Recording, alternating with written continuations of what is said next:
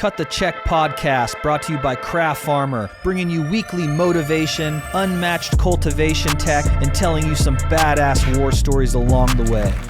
Welcome to another episode of Cut the Check with the Craft Farmer team. I got my little brother here with me today, Big Otis Oates. He's the newest member of the team. I've drafted him and got him full-time, so you're going to be seeing him much more often, helping me with everything we got going on, because it just seems like we continue to stack more and more on our plate.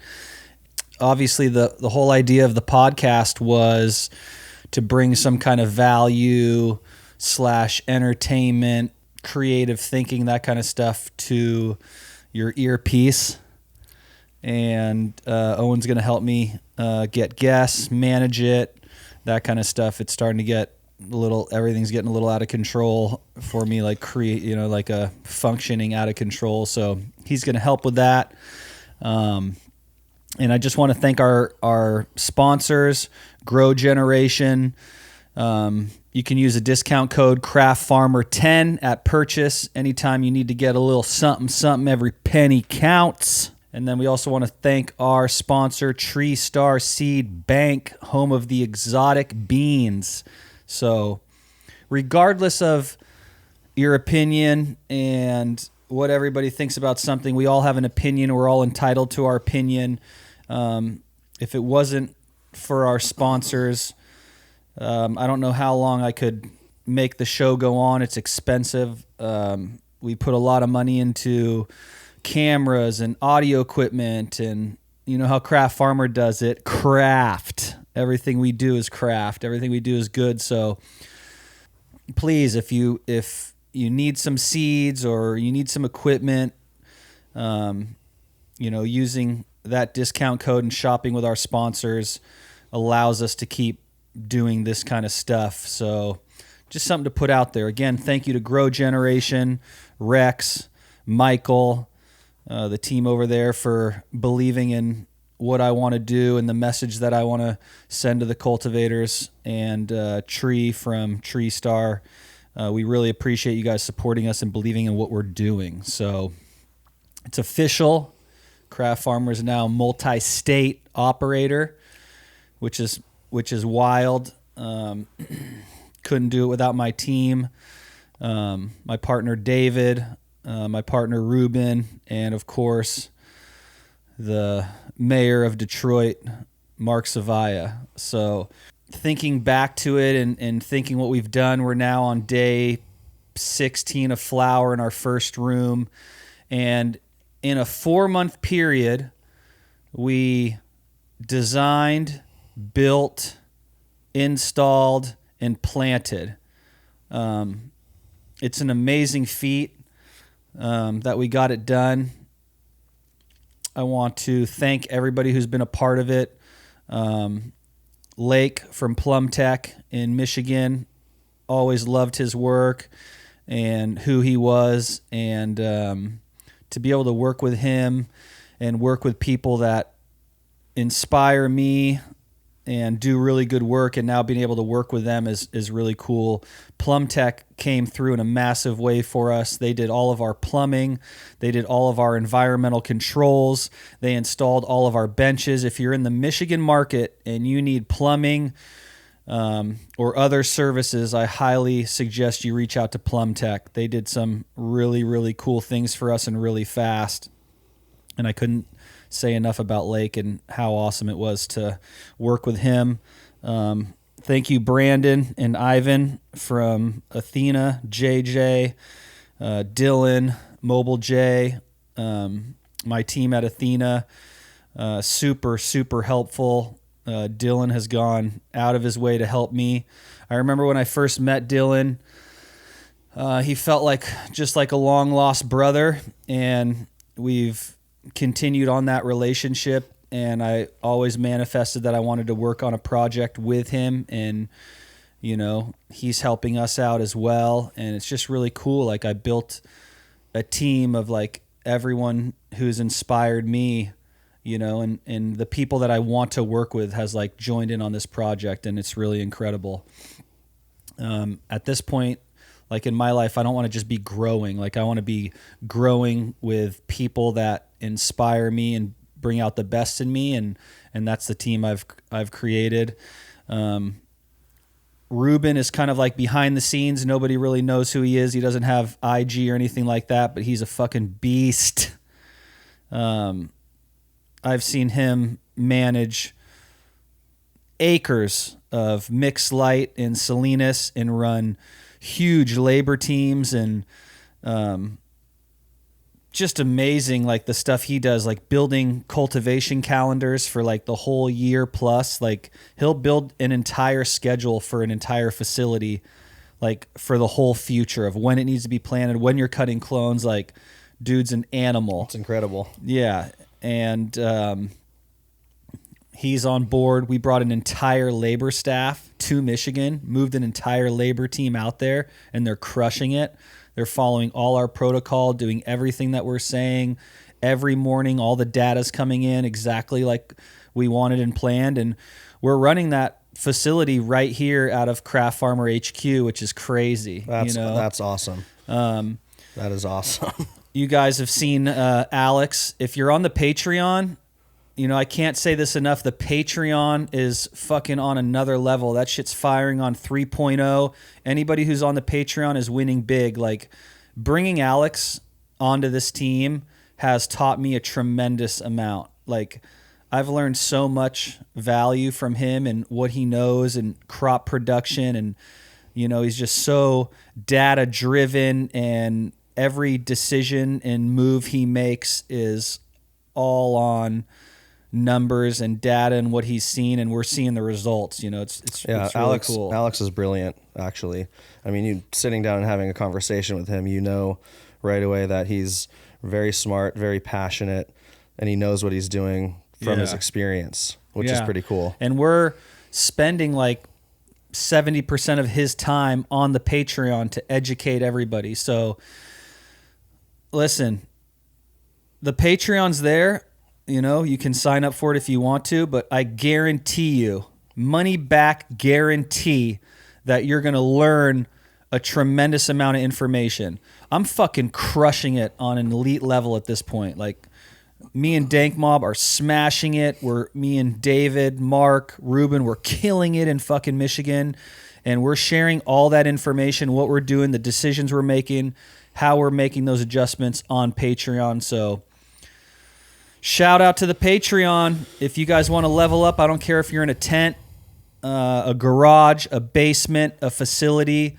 The reality is everything counts at this point. With the market continuously dropping, everything matters. The cultivation tech is extremely important.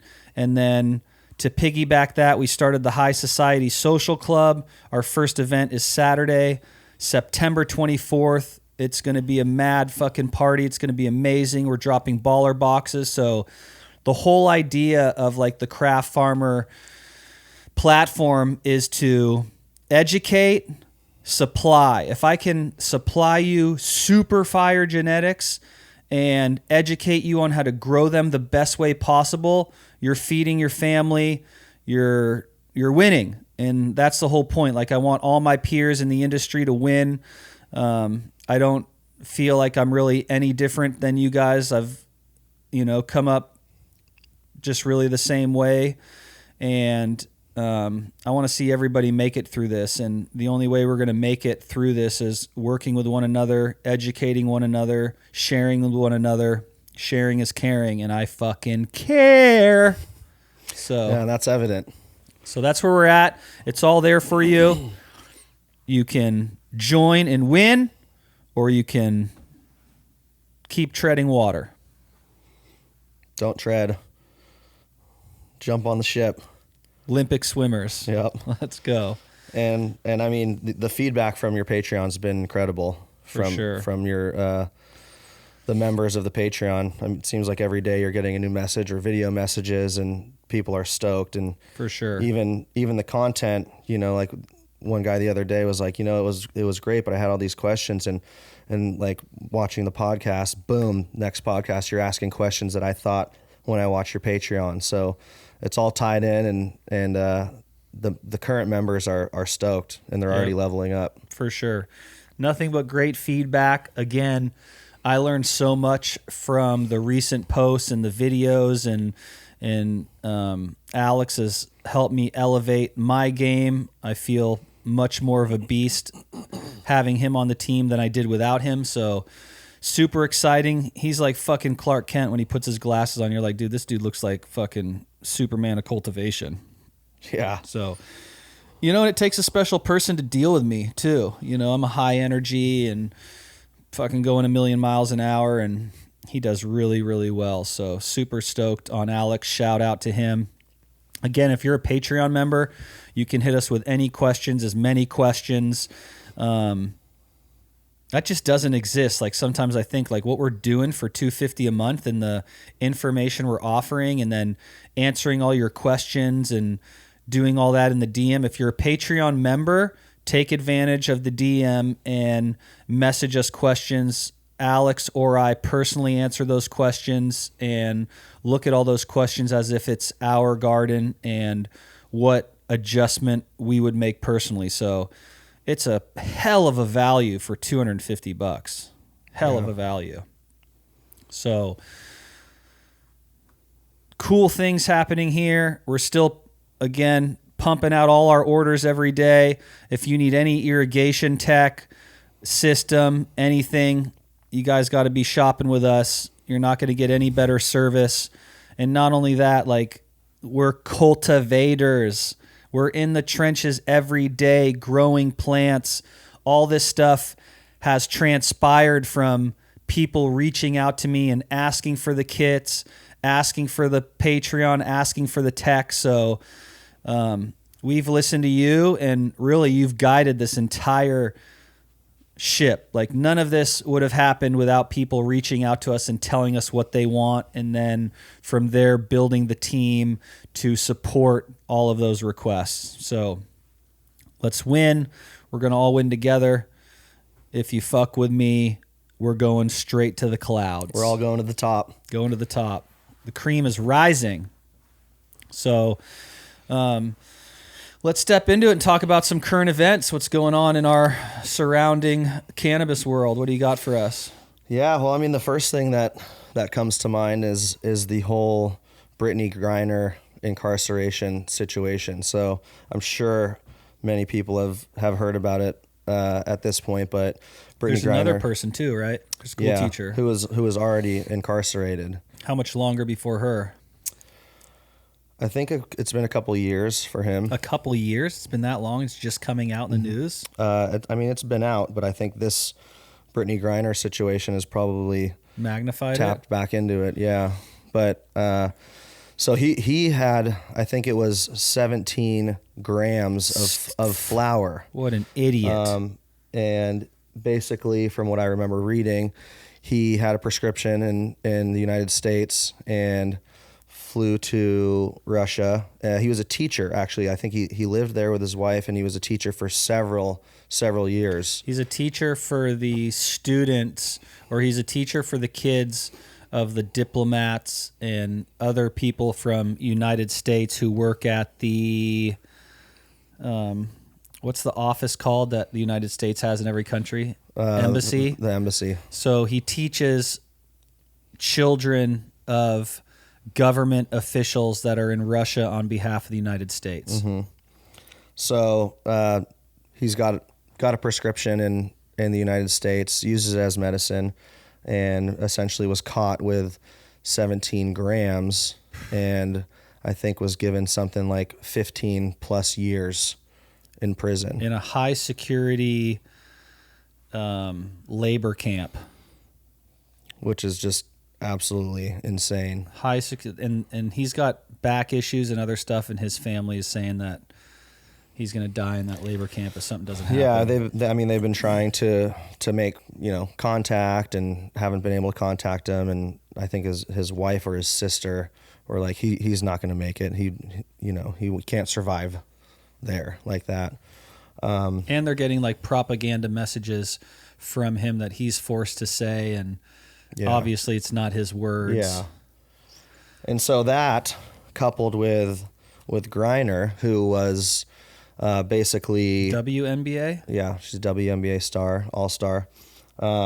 She had vape cartridges in her luggage, and they found it. And I don't know how much, but couldn't have been a lot. So she was arrested and detained, and she's facing 10 years in a Russian prison.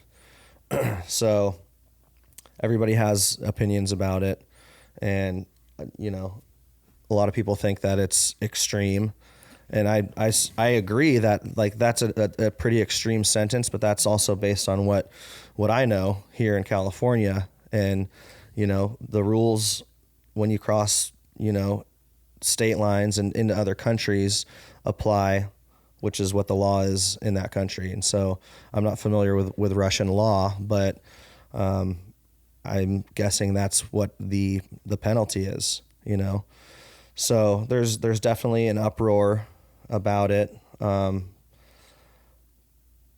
my first thought is like, don't travel internationally with cannabis or drugs for that matter. So I mean, if you do, you're taking the risk, right? You're taking the risk. I mean, it's so cut and dry for so long. All these, as we've known, all these countries, like death is sometimes what can happen if you're going in there with a drug, paraphernalia, anything like that. Yeah. So regardless if you have a medical card or not, how stupid can you fucking be to travel to another country like that with something like marijuana that just a few years ago you could possibly get killed in the Philippines, or Thailand or all these other. We've known about this. It's not secretive. Yeah. Like these countries do not look at cannabis the same way. They've never had any kind of medical market. They don't support that. So for you to be a teacher and go there and not only are you making a decision for yourself, but you make a decision that affects all of your family, all of your friends, and the world around it, Yeah. Like here you are, you feel bad for yourself, you want to get out, and you're expecting the United States to help you. Like you straight broke the law. You were wrong. Like there's no defense here. You know what I mean? If you go to a Russian court, there's no defending you. No one gives a fuck if you had a medical card in California. Yeah. Well, exactly. In California, it doesn't even apply to the rest of the United States. No, and we're at odds with Russia. And then you're going to, and on top of that, like I wouldn't even be going to Russia. Yeah. Well, I know that Brittany Griner was playing on a Russian basketball team. So she was living there for, part of the year playing on this team. And so belonged there because she's working. It's her career. But yes, I agree. Like you don't do it. And if you do it, you take the risk. But maybe there's other ways to bring it than, vape oil cartridges. Maybe you can figure out how to put it in gummies and like get creative and hide it in a fucking gummy bear bag. You know what I mean? But that or like 17 grams of straight flour. Just in your to suitcase. Do? Whenever back in the day when we traveled to like just around the United States or something like that, I would take like a Doritos bag, open the Doritos bag, take a little bit of chips out of there, and then put my stash in the Dorito bag, and then food saver Absolutely. the Dorito bag without shrink wrapping it, so it reseals right on its seal, and it looks like a regular bag of chips, but you got your little inside of it. But I still would never do that to another country. That's just traveling within the United States. Yeah.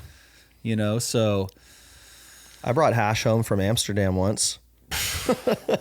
Terrible idea. I was you could have been one of these victims. Well, coming into the country, I felt safer than coming into another country, but I was in Amsterdam. I was on this long trip, and I hadn't smoked weed in like 28 days. It was a scuba diving trip, and we were in all these countries, and the last one before flying home to San Francisco was Amsterdam. And I was 21 at the time. And so I was so excited, like the coffee shops are there, like I can go and buy weed. And so the first thing I do when I get there is like I go to the first coffee shop and I'm like, yeah, let me get a spliff, So they sell it just they like sold, that? Yeah, pre-rolled spliffs. Now, a spliff is tobacco and hash. So I'm like, just want to get high. I don't smoke tobacco at this time. So I get it, and I was sitting at the bar and light it up, take a couple hits. I'm like, oh shit, getting that nicotine rush. But I'm like, fuck it, there's hash in here. I'm getting high. So I end up smoking like, half of it, and I'm sitting at the bar. It's kind of like a bar, and I just like become completely fucking green and flush. And I'm like I got nicotine overload. Oh, no. And so I'm sitting there, like palms are sweaty, and the guy, like, I can't move. I'm like, it fucking sucked. Straight inebriated. Yeah. And so the guy behind the bar is like, do you want some water? I'm like, yeah. Like 4 bottles of water later, I was there for like a good 45 minutes. I finally kind of was like, oh, fucking move. Okay. So that was day 1. I'm like, never going to fucking do that again. But I wanted to get stoned. So I go to another spot that like you can build your own shit. So I bought a little brick of hash, a little brick of Afghani, a little pipe, and a lighter. And I was like, I'm going to fucking smoke hash. So I go into another, this is a coffee shop. So people are sitting down. Drinking coffee.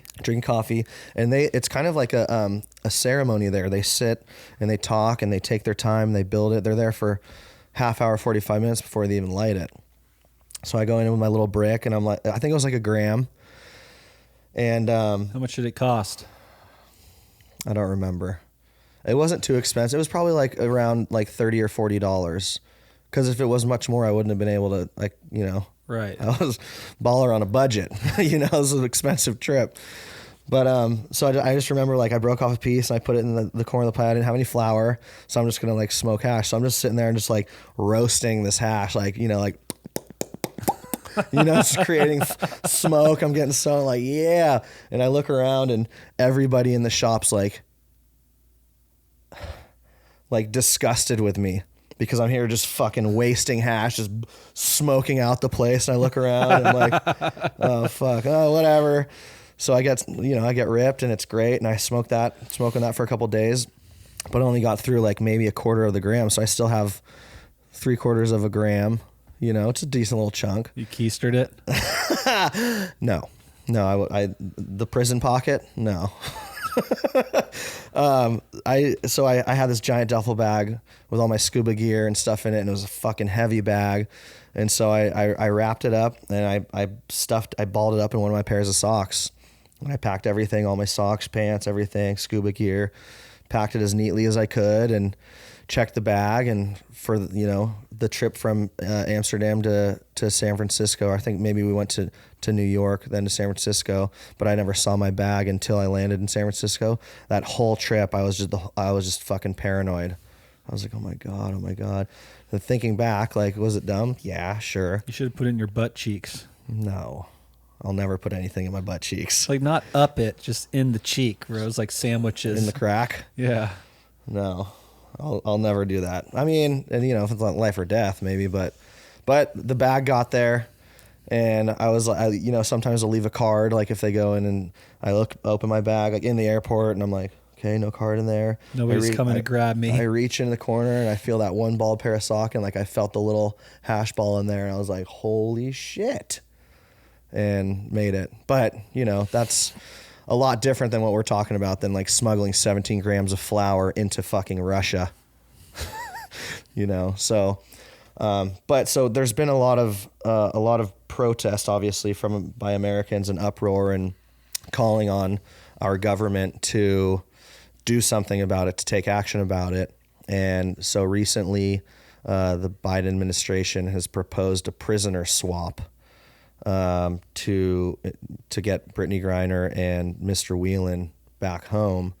And it just came out, and I have to look up the guy's name, but basically the administration offered to trade a Russian arms dealer, also known as the Merchant of Death, in exchange for Brittany Griner. And doesn't really seem like a fair trade. Fuck no. I mean, this guy's responsible probably for thousands and thousands and thousands of deaths. Look him up on Wikipedia or something, see if there's any information on him. Okay, yeah, his name is... Was he extradited to the U.S. or was he caught in the U.S.? I think he was arrested in... You know what? I don't know. I don't think... His name's Victor Bout. 25-year U.S. prison sentence as part of a potential deal to secure the two Americans, Brittany Griner and Paul Whelan. So he's a merchant of death and only got his nickname is the Merchant of Death. And he only got a 25-year prison sentence. So that means they couldn't charge him with murder. He wasn't convicted of murder. He's convicted of an arms dealer. Yeah. Victor Bout. That's kind of like comparing. That'd be like kind of like Rick Ross, the notorious L.A. Highway Rick. Kingpin drug dealer, the OG, the real Rick Ross, where you could call him a merchant of death just because of the epidemic that he helped create, yet they'd never pinned like actual murder on him because he was a drug dealer. So this guy was an arms dealer. Obviously, these weapons are causing mass murder, but he's not the one physically pulling the trigger, but he's supplying the weapons of death. It says he's an entrepreneur and former Soviet military translator. Reportedly uses multiple air transport companies to smuggle weapons since the collapse of the Soviet Union. Into the U.S. or from out Eastern Europe to Africa and the Middle East during the 90s and early 2000s. How did we end up with him? Did it say any more? Like, how did the U.S. get a hold of him? It seems like he was trafficking in other countries. Yeah, I mean, I'm going to have to look it up. Where is he?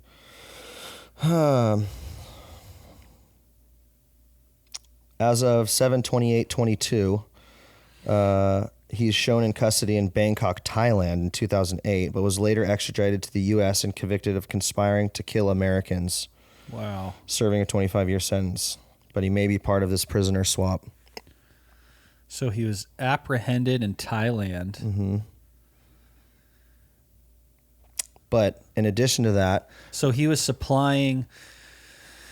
He was supplying weapons to United States enemies, basically, that were used against U.S.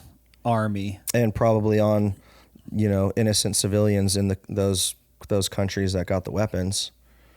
We'd have to dig, a little deeper to get a lot of the details. The whole thing is fucked up because even when you look back to like the early 80s, when you were looking back to like, again, I'm bringing up Rick Ross's whole situation, like the government was doing some weird shit where they were trafficking arms to like some other country. And I don't know if it was Colombia or Venezuela or something like that, but like it's all confusing and convoluted and everything. Even decades after that, the U.S. provided weapons to people in the Middle East. For sure. So and that's no secret. You know what I mean? We also, again, you never know. Anybody can fact check me out there. I'm not trying to spread any untrue things, but there's some weird stuff about us supplying Afghanis and those countries with weapons. Yeah, I'm pretty sure it was AKs. Just, it's hard to understand. All of it's really hard to get your head around and understand how the government works, who's pulling the strings, what their agenda is. I think it's hard to understand because it doesn't make sense, right? And things that make sense are like, there you go. But a lot of the shit that went on then and government doesn't make much sense. That's going on now doesn't make sense. No, like some of the decisions they make and how it's Democrats versus Republicans and people's opinions. Like people are like fighting each other and threatening one another over just whatever their personal belief is. Like there's not too many educational conversations going on. It's all spitting hate and anger and personal opinion. Yeah, it sucks. But there's a lot of people in the country and in the world, and to get everybody on the same page is damn near impossible. I felt like we were getting better for a while, and then in the last few years, all this new, there's almost like a scab was torn off, and there's just anger and just a lot of negativity, much more negativity now than there was a couple years ago. You know? Yeah. I think, you know, like before COVID and then during COVID and after, like a lot of hate was generated during that time. COVID was a tough time for a lot of people. Our presidency, I've never seen so many people divided before ever in my adult life. Yeah. I've never seen like riots happen and stuff like that over elections and who should be in power and who shouldn't. And we experienced that just personally in our life, like just with parents. One parent is so extreme and the other parent is so extreme, and they're both telling you things and you're like, I don't even know what to fucking believe. Like, you're both extremists to your point. Yeah. You know? Yeah, you don't know any better either when you're younger. You're like, just, this is fucking heavy. I don't know any better now, and I'm almost 40. Yeah. Still confused by all of it. I don't know who's right. I don't know who's telling the truth. I don't know who's lying. Yeah, except for yourself. You can only really control what you can control. And your actions. And your actions and how you treat people. Worry about what you can do. You know, you only have the power to control your thoughts and your actions. And even social media is getting toxic, you know, compared to where it was like a couple years ago. And now you start reading comments and just like, there's so much negativity.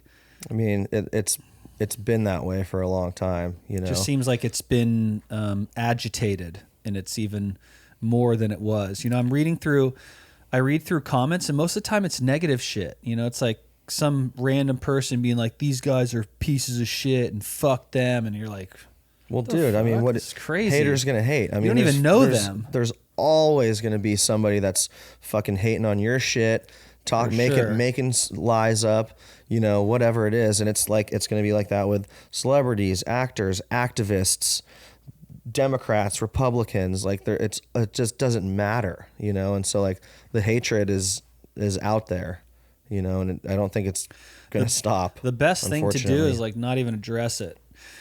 Just ignore it, you know. Yeah. Remember what they used to say? Sticks and stones may break your bones, but words may never hurt you. Of course. You know, like, just let that shit ricochet off your forest field. Yeah. It's not even worth entertaining or getting into some debate in the comment section of somebody's post, you know? I think it definitely takes a certain level of maturity to be able to actually listen to that and heed that advice, you know, because it's the truth. What somebody says or what somebody thinks about you doesn't fucking matter. I mean, that's what you preach. For sure. And that's what you believe and how you live your life. But there are so many people that need other people's approval, you know, because they're not as cool or they weren't cool or for whatever, you know, they need approval. And so it's, you know, maybe easier for somebody like you and me to heed that advice, but, you know, a lot of people can't. Right. And that's kind of the sad part about that. Right. Yeah, 100%.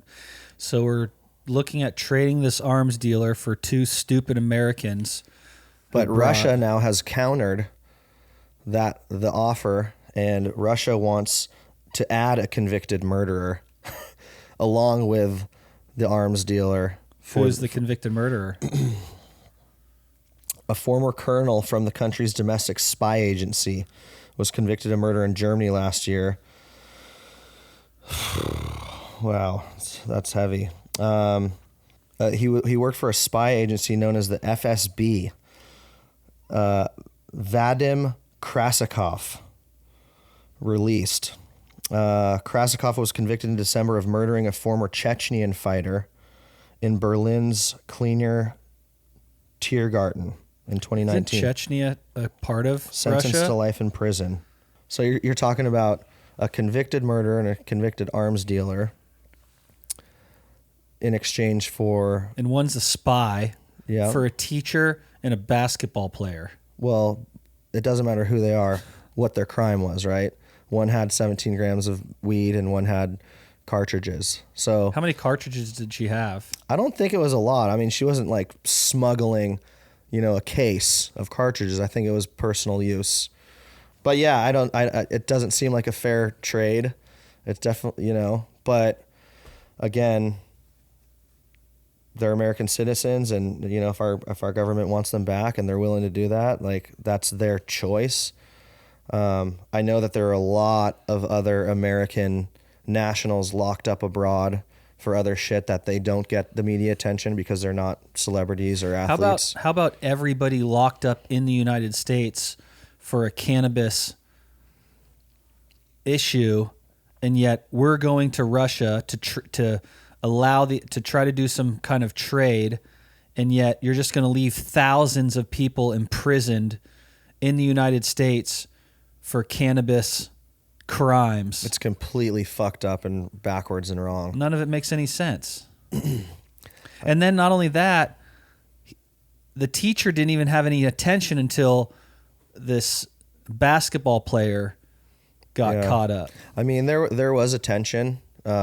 People knew about it. I didn't know about it. They weren't doing nearly as much work until she got wrapped up in it as well.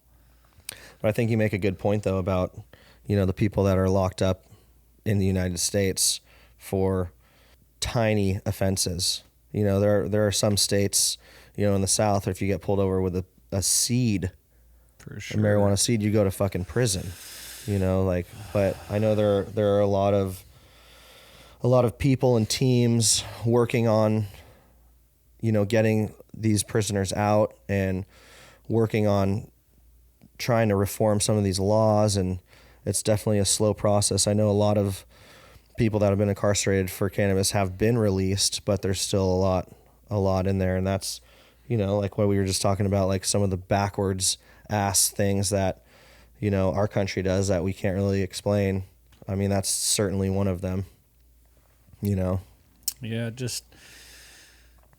it just really makes me think like everybody needs to really be on top of their game and think about the moves you're making and what you're doing, and be smart and follow the rules. Unfortunately, rules are there, and if you break them, you get in trouble. But until they change, the thing is with things like look, we know growers in every single state. You have to really think about your moves. Like you can grow flower, but then you process it, trim it. You have to move it. You know what I mean? It always has to get moved. So I highly recommend that everybody really thinks about how they're moving, what they're doing, because a poor decision will totally change the trajectory of your life. So speaking of moving your dried processed flower, the next topic that I wanted to talk about is an article that I found from July 27th, which was 3 days ago. Lancaster County Sheriff arrests a man. Where's Lancaster? Nebraska. Oh, God. Arrests a man transporting 1,144 pounds of black market marijuana in a moving truck. Terrible. So this guy was on Interstate 80 and was pulled over for speeding in a moving truck. Traffic stop around 10 a.m. Found probable cause to search the vehicle when a strong smell of marijuana came from the cab. According to the sheriff, despite the marijuana coming from a legal state, it was deemed to be in the black market because it didn't come from a dispensary. Poor Mr. Daniel Cardinal Sr., 43 of Missouri, was charged with possession of marijuana with intent to deliver. Of course he was going to fucking deliver it. But holy shit. That the most black market weed that I've ever moved was under 100 pounds. And that was local. I personally, I'm not brave enough. I think it has nothing to do with brave. That was just fucking blatantly stupid. If you're going to rent a van or a truck or anything like that, you can't do that. Like your movement has to be more methodically planned than anything else out there. Like there has to be a really serious planned situation. Absolutely. And I mean, not a fucking moving truck full with 1,000 pounds and you're just going to go for it. And then you're going to speed on top of that. You're going to speed. And my initial thought was, if what the sheriff said was true, that they smelt marijuana, because, cops can be like, I smell something, and then they'll search the thing. But are you not going to make sure that every one of those fucking pounds is double vacuum sealed and there's no odor? I think a dog can still hit on it. Yeah, perhaps. There's this YouTube channel. I'll bring it up in one of the next episodes when I find out exactly what it is, but I watch it, and it's all about busts around the United States. Money, drugs, all kinds of shit. And like watching, it's like police dash cam, watching what the cop's seeing and does. And listen, do not speed. The number one thing for pulling over is following too closely. Yeah.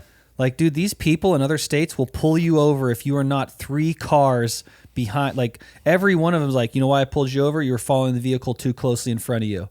Where are you from? Oh, I'm from California. This is a rental, obviously. Yes. Show me your rental paperwork. That immediately sparks them to say, can I search your vehicle? Oh, as soon as they realize you're from out of state, it's their job to catch, criminals. My thinking too is like every day I get up, whatever state I'm in, I better have a goddamn plan of where I'm going, where I came from. You know what I'm saying? Like if you get pulled over, you can't be like, And I mean, then it goes back to that old thing where it's like, when you get pulled over, shut the fuck up. Yeah. But if you have shit on you and you shut the fuck up, you're done. Yeah. So. Well, you're probably done either way. It's a hard line. I mean, I don't know. If you have 50 pounds in the trunk and they find it, if you don't talk, you're done. If you talk, they'll use it against you in a court of law. There's been a couple times in my life where if I didn't talk, I would have been fucked. Yeah. And obviously everything you're taught is not to talk, but because of me talking, I drove away from those situations. Wow. Which is crazy to think about. Well, you have a knack for being able to get out of a sticky situation. Or not. Your willpower. Or not. There's been plenty of situations where I've been stuck in the fucking trap like this. You know? Yeah. So, but you have to be very, very smart, like very methodical, and especially now with the way that the market is these days and the way that there's just a fucking mass influx of mid-grade shit. You know what I'd probably do? Like just theoretically speaking, I'd probably fill some kind of like cargo van or some shit like that and then hire a transport company to deliver it to California. So I would buy something in the state where I was moving, have it really packaged professionally, put like thousands of dollars into moving it. You know what I mean? Because it's worth it. And then I would be like, yo, I'm in California. I bought this vehicle. I need it picked up and transported. And I'd hire a fucking transport company. So you just have a van full? Motorhome, and then something. This company would get behind the wheel and at least drive it to not even get behind the HQ. Wheel. Not even behind the wheel. Like when you buy a vehicle in another state, you don't want it driven by some fucking booger but dweller. They're still gonna have to like open the vehicle and get it onto the truck. Yeah, that's fine. You're not gonna make it like all packed up with fucking, packs all in the inside of it. You have to be smart about how you're doing it. So how many pounds could you theoretically fit in a Jeep Cherokee without fucking overpacking it? Well, this is where you got to be methodical. Like I'd probably get a boat and I'd pull out the fucking 2,000 gallons of ballast that it has in it and fucking load the whole haul with the pounds and then have a fucking transport company pick up the boat and trailer and bring it to California. Yeah. But most people are like, they can't afford a $15,000 boat totally in the first place. But if you're moving that kind of weight, like there's big money involved, you just do it and sell the boat. You need to shrink wrap the shit out of that boat before you deliver it. Yeah, you'd winter.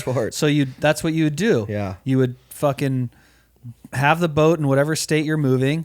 You'd take it to a boating company. You'd have it winterized. What does that look like? What does that mean? So winterizing is they like remove all the engine oil and the antifreeze and water from the motor, and then they shrink wrap the whole boat. Yeah. So it's set up for winterized storage. So no liquids freeze and correct. lines. Blow your motor and crack your manifolds and all that shit. And then you load that whole hull up, because when they're in there, they're doing the oil and that shit. They're not going to see anything. You know what I mean? So what about... I mean, we put 3,000 pounds of stereo equipment in our boat. Yeah, it still floats. Still floats.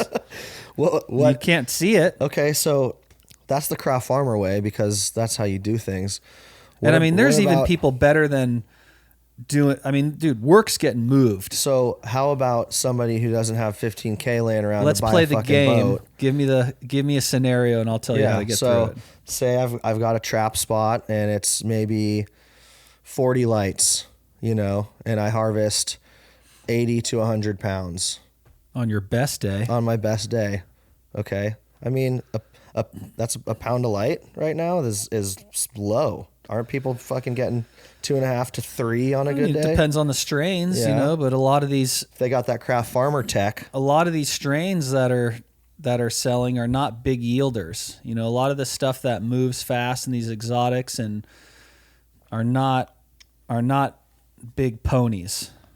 So for somebody that doesn't have the money to spend on something like that, and they find themselves with 50 to 100 pounds of their product. Bro, if you got a 50 to 100 pounds, like of mids, you're making some money. Like you built this spot out. You've spent a lot of money. Like, it's not cheap building a spot. But they need to get it across state lines because the market isn't working where they grew it. Yep. You can vac seal and send things in the mail. That's fucking risky and dangerous and illegal, and you can't send all of it at once. So you have two options. One, you make the right move. If you have to move your shit somewhere, you have to invest in some way to get it there. Or you're a fucking dummy and you're just like, fuck it. I'm going to have Bob drive my whole load. And then Bob's fucked. There's a good chance he rats on you and your whole load is going. Yeah. You can't sleep anymore. Your butt's constantly puckered. You've lost everything. You can't afford your next run. You're a fucking flop. Everything's gone. So there's really, and that we're talking all hypotheticals here, but there's really no... If you only have the money to get through your fucking grow, you shouldn't be growing. It's like, that's where it's at now. If you can't grow good flower, you have no way of moving it, you're unlicensed, and you make poor decisions, you're better off fucking bagging groceries and at least being free. There's nothing in this world worth losing your entire freedom for. Yeah, those things you just listed are a recipe for disaster. Anytime you get busted, there's a good chance you're not going to lose your freedom, regardless of... If you have fucking 20 lights or 40 lights and you're in Oklahoma or Oregon or Washington or California or Michigan or... just go on and on and on. You're not going to get some... chances are really high you're not going to have some federal indictment. Yeah. You know what I mean? So... if everything is fucked and not working in your life, it's not worth making a poor decision and losing your freedom, because growing and transporting is totally fucking different. Absolutely. Totally different. Well, and especially as soon as you cross a state line, once you cross state lines, even if it's legal in the state that you cross into, that's no good, right? So... Dude, and I've made some bad decisions back in the day, like when I was going to Arizona and shit. There was one time when you were... What was the Chevy that you drove?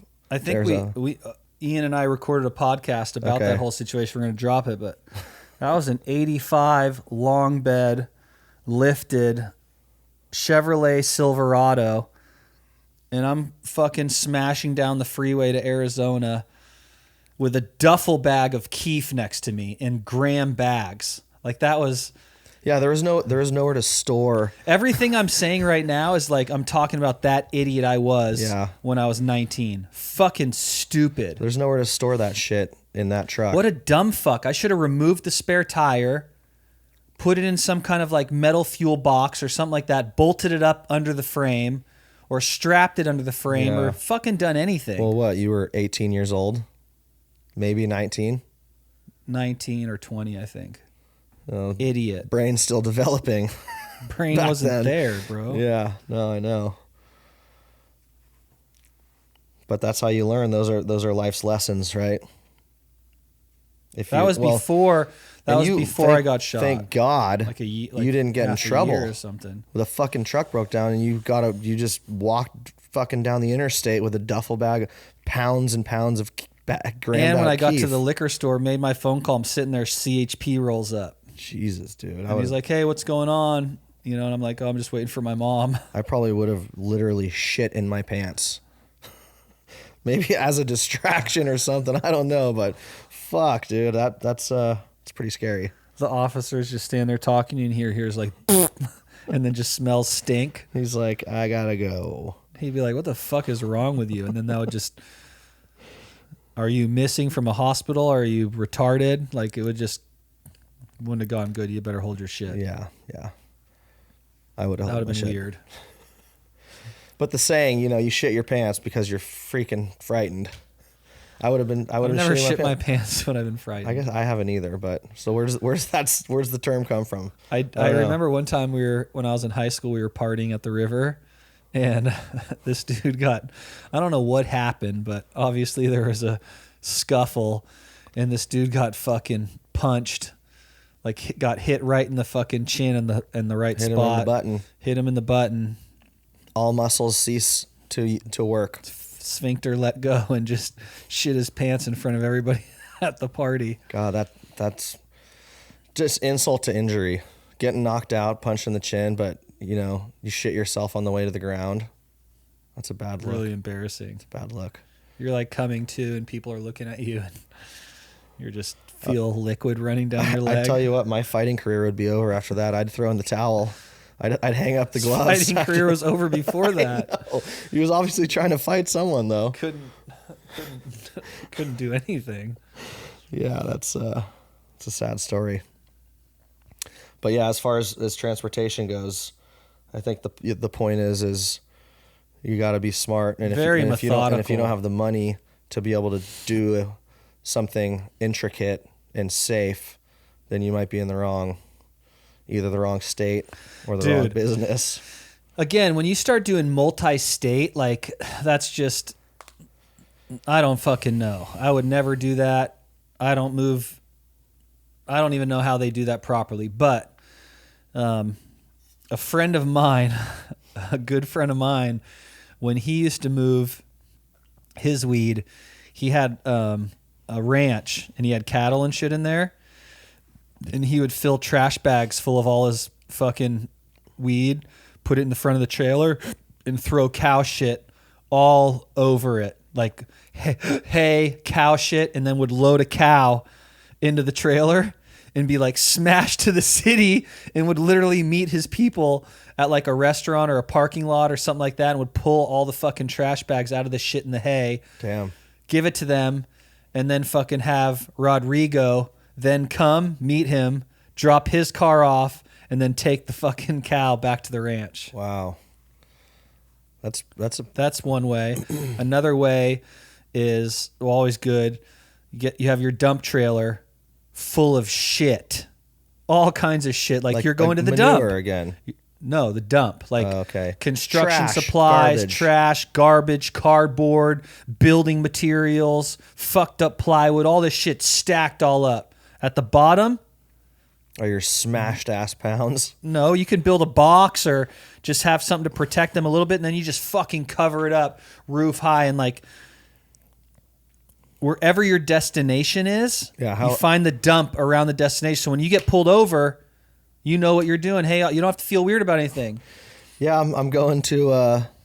First of all, why'd you pull me over? Brake lights out in your trailer. Fuck!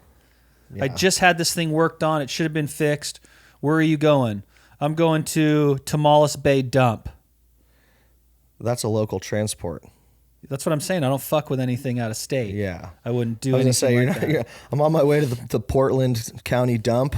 And I'm also paying 2 people to follow.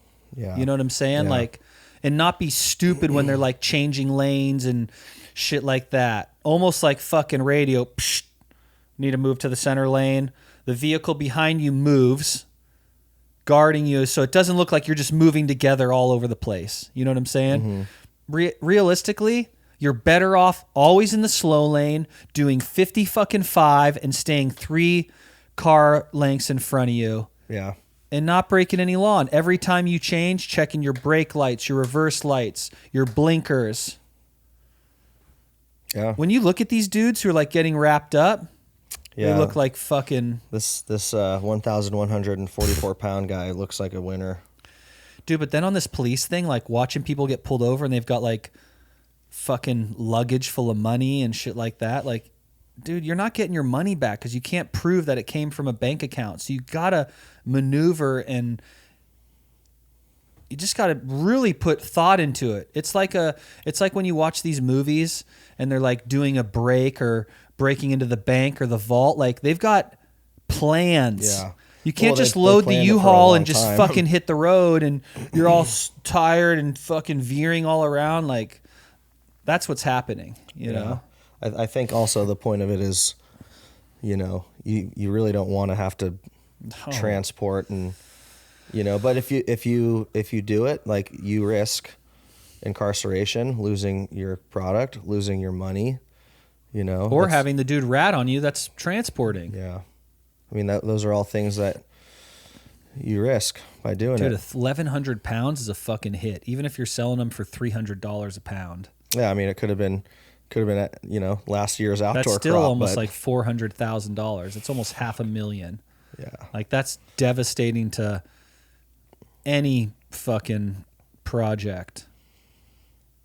Like if that's out in Oklahoma, no, that was Missouri, but still, if Nebraska. if that's coming from like one of those fucking 800 greenhouse, I mean that's a hit. $500,000. Mm-hmm.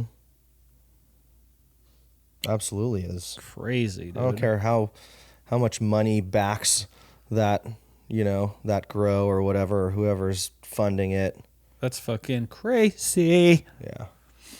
All right, let's be smart when we're moving out there, whether you're moving 1 pack or 2,000. Let's think about our moves, how we're moving them. I want to see extensive planning, safe cracker planning going into this. Don't need anybody losing their freedom. Freedom is the most prized possession that none of us think about on a daily basis. Like, you want to talk about taking something for granted? Your freedom. Yeah. In the United States. Because I wouldn't want to live anywhere else. Yeah, we're pretty fortunate. Considering all the shit that we have, you know, are lucky enough to complain about. We have it pretty good. I just got a whiff of some skunk. Oh. You got some of that cutthroat candy over there on the table? Yeah, but that's like candy gas. Not really that skunky. That old school skunk. Does it make you want to think about roll something up? Roll up nonstop. Yeah. We smoke heavy around here. I smoke enough for me and my peers. I can't hang these days. You get all paranoid. I'll take a couple hits off the J and be good for a while. You'll lock the front door, turn the lights off, peek out the window with the blinds down. Close the down. fucking shades. You know, no, I don't. It's not that bad, but I lose my ability to function, to have a good conversation. It's more like yeah. You know, you can have thought, like I'll have thoughts and be like, oh, and then I'll go to deliver and it's like, you know. Yeah. So I reserve that for, you know, if I'm home or something, I'll get fucking stoned. How does everybody get a hold of you? Get a hold of me? Yeah. You can find me on Instagram at OG1Kenobi, and my email is craftfarmer.owen@gmail.com. So if you guys have any ideas for podcasts, what you want to see us talk about, who you want to see us talk to, different subjects, please feel free to email craftfarmer.owen@gmail.com. You can reach out to me at craft_farmer, at craftfarmer707, at craftfarmer, at craft.farmer. I mean, it's retarded. It's hard but like, these days when fucking Instagram's just pulling your shit left and right. You know, it sucks too, because I was looking at my profile last night. Shout out to Firepacks, my Canadian brother up north who got my account back. It was gone for like 6 weeks. I was like, dude, it ain't ever coming back. After like 3 people had scammed me. I know that like you should never send money, but I was kind of like, fuck it. Like, I know that there's a 99% chance I'm going to get scammed by this douchebag, but I'm going to send the money and fucking try it. They all scammed me. Didn't the other guy got you your other account back, right? Yeah, he was like 989 or 689 or something like that, Instagram services, but he got me Craft Farmer 707 back and like didn't charge me. He's like, look, I'll get it back and then you can send me money, which was cool. Yeah. He got my account back and he's like, dude, send me what you think it's worth. And damn. Yeah, it was really cool of him. Dude, some crazy shit's happened lately. Like, what's going on in, like, the cyber world is nuts. Fucking nuts. I had a friend, Nelson, Poetry of Plants. Some scammer hit him up and said, I've been offered $6,000 to delete your account and get rid of you. Do you want to up the ante and hire me for more money? That is fucked. So it's like, I'm gonna bot the fuck out of you in 3, 2, 1, or you can pay me more than the person who's paid me to get rid of you. So, dude, that's so fucked. Nelson's out there fighting the good war. It was never like this. So now it's like I paid one guy, and then like my account got deleted after I paid him. So it's just crazy out there. So now too, like what I got known for is my badass fucking canopies, my flower, like being the guy to post that shit every day. And now I can't post it because like my account just gets taken down. You know, I was looking at my account last night and I'm like, this is fucking boring. Like looking at my account, like I look it's not who I am. You know what I mean? You look at the account and there's installation videos and stuff like that. And you know, some of the other stuff I'm doing, but like what I love doing, I feel like I can't share, which sucks. So what do you think like a potential solution for that could be? Well, we're really close to finishing craftfarmeracademy.com. That's going to replace the Patreon. And the thing I don't like about Patreon is, one, they tax the fuck out of you. They really offer poor support. They don't take into account any of the suggestions you make, and it's a blog style. So like if you post once or twice a week like we do with new stuff, there's so much information that gets buried and lost, and people are like asking me questions of things we've already posted about and go into detail. Mm-hmm. So Craft Farmer Academy is going to be a custom built website. I've got like 20 racks into it already. And because there's a lot involved, it's a subscription account, and then it's a custom built website from nothing. And so there'll be categories. So you can click on the irrigation category and find all your irrigation information.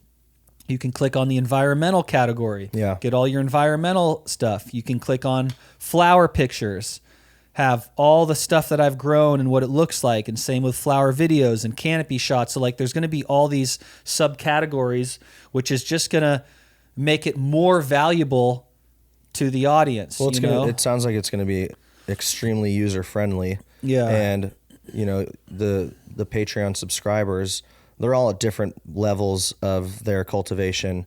Even in a, like, you know, someone might be on week 2 and somebody might be on day 49. And so depending on where they are in their cycle, can easily access, you know, how do I cleanse, what does harvest look like, drying time, you know, I'm about to clip clones, boom, right over to that. So it sounds like it's organized much better, and you're not going to lose a bunch of like rich material in between.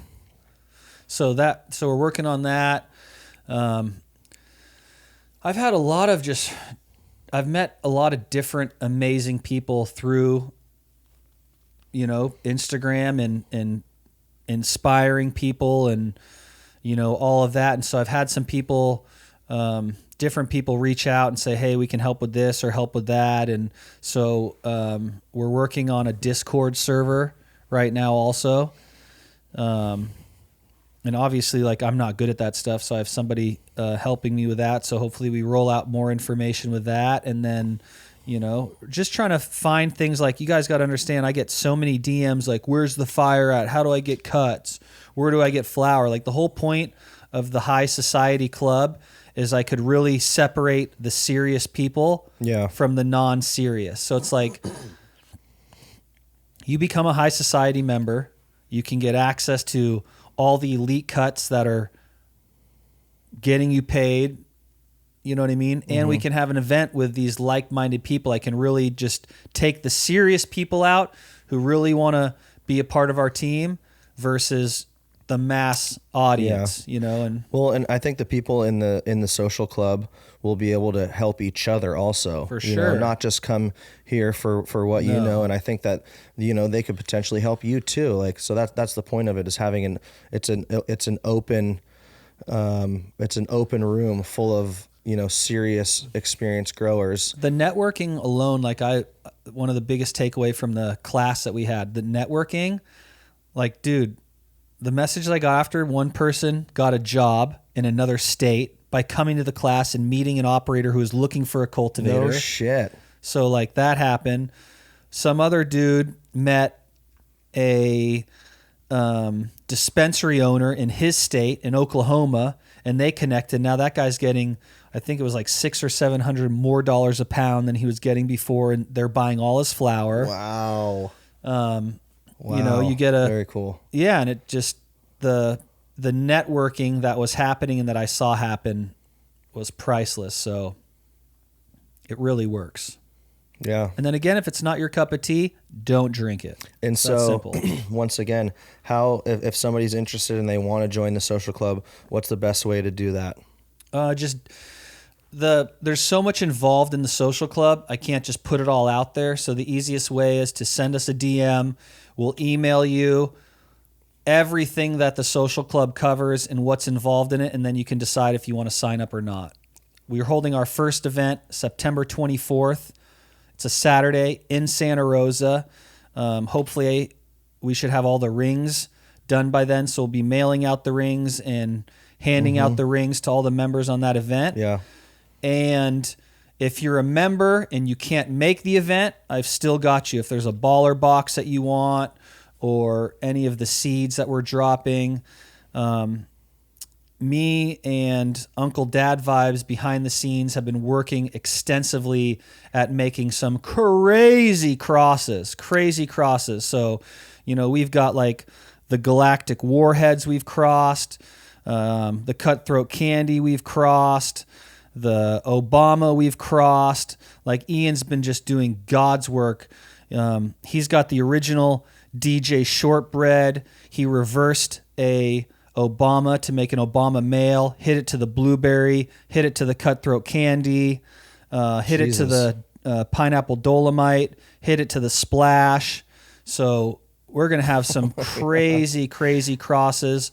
My personal partner, Dank Mob, Dank Mob has like his pulse on the streets like nothing. I feel like I'm Stevie Wonder walking around like what I think is fire, like apparently the streets don't fuck with. Well, I guess like I'm just an old head, but he's got his pulse on the streets like heavy. He's the surgeon. Yeah. You know what I mean? And so he's telling us like, hey, this is what we need to make. This is the cross we need to do. This is what we want to do. And so we're going to have all those crosses there.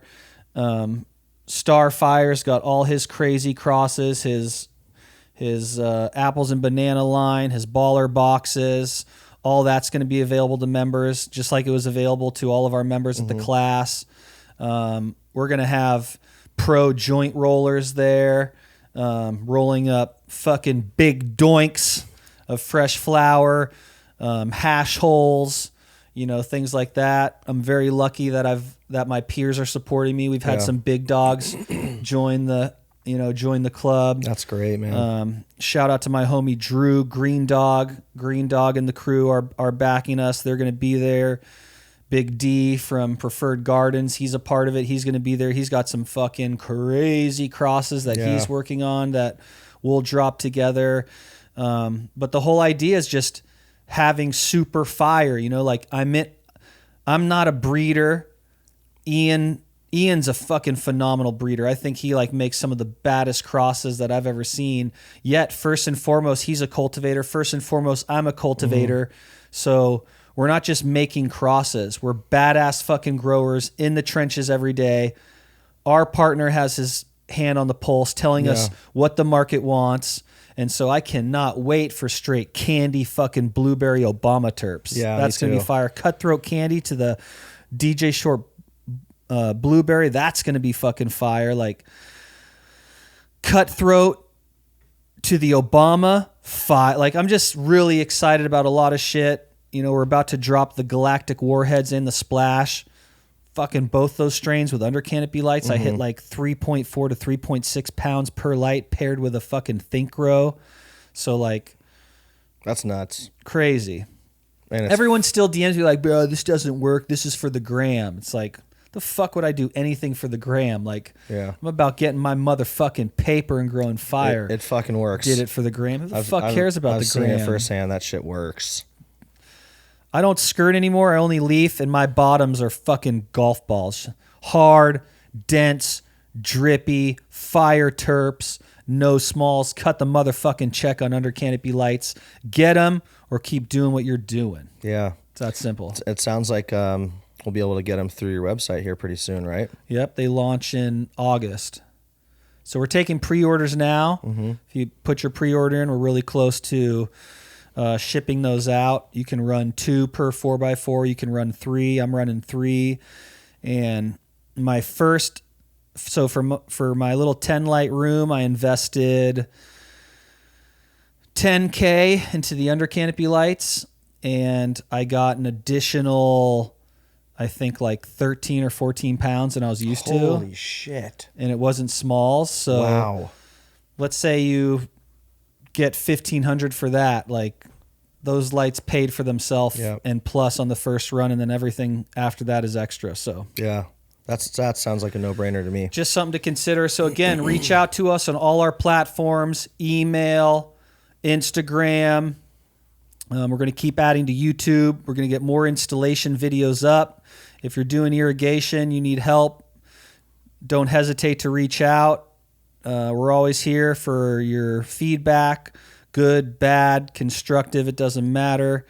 And again, thank you so much to our sponsors, Grow Generation, Craft Farmer 10 on checkout gets you a discount, Starfire Genetics, Tree Star Seed Bank.